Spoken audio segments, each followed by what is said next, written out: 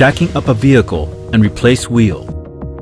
In the event that you need to replace a wheel, it is important to put your safety first when jacking up a vehicle. Make sure that you are jacking your vehicle on a flat, stable surface. Jacking a vehicle on a slope or soft ground is dangerous. Make sure your vehicle doesn't hinder traffic and that the parking brake is fully engaged. To change a wheel, first locate the tools in the storage compartment on the right of the luggage room panel. Remove the cover to take out the jack and tools and turn the hook portion of the band to remove it from the fixing bracket.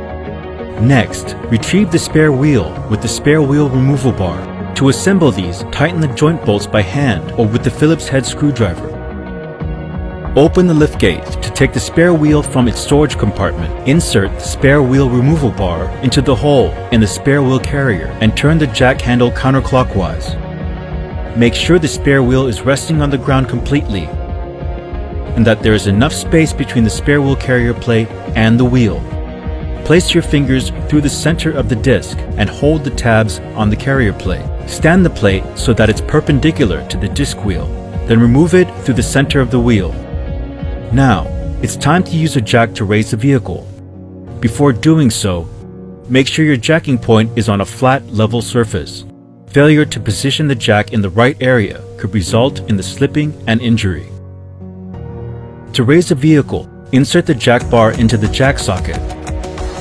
Place the jack directly below the jacking point to make sure it's upright. When jacking the front wheel, apply the jack head to the flat part of the bracket on the frame side. For the rear wheel, set the jack at a point within 90 millimeters or 3.5 inches from the control arm mounting bracket under the axle tube. Align the recess on the jack head to the curved surface of the axle tube center. To change a wheel, chalk the wheel diagonally opposite to it. Confirm the jack is in good contact with the jacking point and raise the vehicle by turning the jack handle clockwise. And raise the vehicle enough so that the wheel is not quite clear of the ground.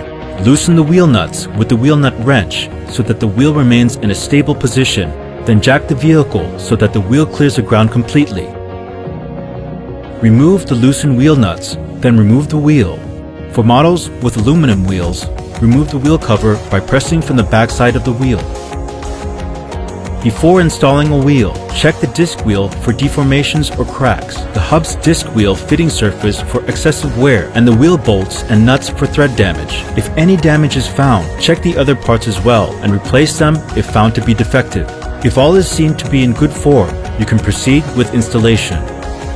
Install the wheel while aligning the bolt holes in the disc wheel with wheel bolts. Screw in each wheel nut by hand until it touches the nut seating surface of the disc wheel.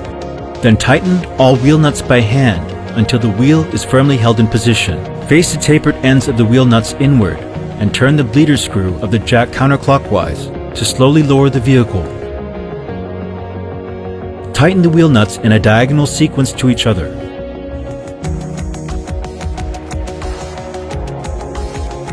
After changing the wheel, turn the steering wheel in both directions to make sure the wheels do not interfere with surrounding components. To store the spare wheel, set the disc wheel facing upwards and insert the plate into the center. Insert the plate hook into the disc wheel nut hole and make sure it's securely engaged. When the disc wheel is raised halfway, let the chain rest in the center. Turn the jack handle to lift the wheel and turn the removal bar clockwise to fully wind the chain.